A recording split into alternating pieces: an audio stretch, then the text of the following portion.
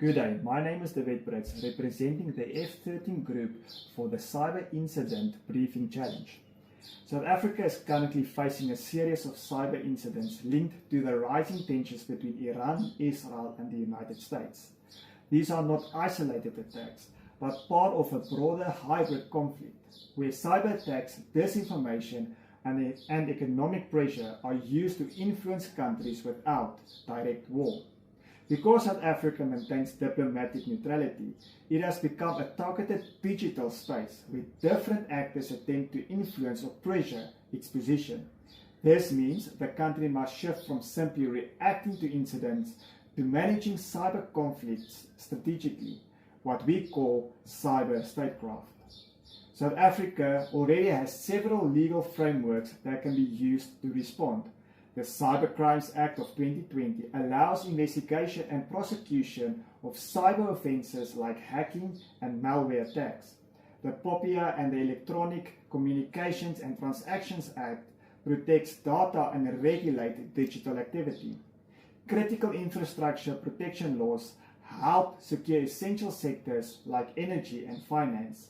Internationally, South Africa can rely on the Budapest Convention on Cybercrime for global cooperation, the UN Cyber Norms for responsible state behavior, and the Talent Manual 2.0, which help interpret how international law applies in cyber warfare. These laws are important because they provide tools to respond to each type of threat. For malware attacks on critical infrastructure, the Cybercrimes Act enables investigation and prosecution, while infrastructure laws ensure protection and recovery. For DDoS attacks, the ECTA and international cooperation frameworks help manage disruptions and trace attackers. For disinformation campaigns, the POPIA and national policies support data protection and help limit manipulation of information. However, laws alone are not enough. They must be part of a broader strategy that includes prevention, intelligence, and cooperation.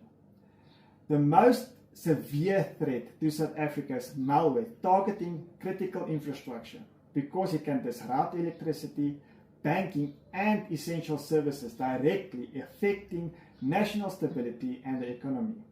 Based on legal and policy analysts, the threat should be top priority.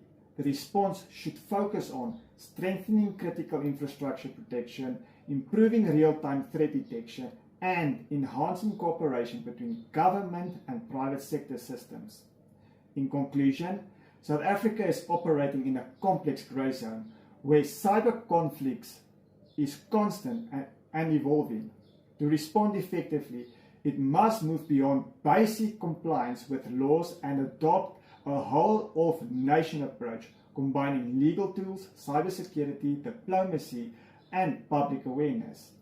The key shift is clear. South Africa must move from simply reacting to cyber incidents to strategically managing cyber conflict.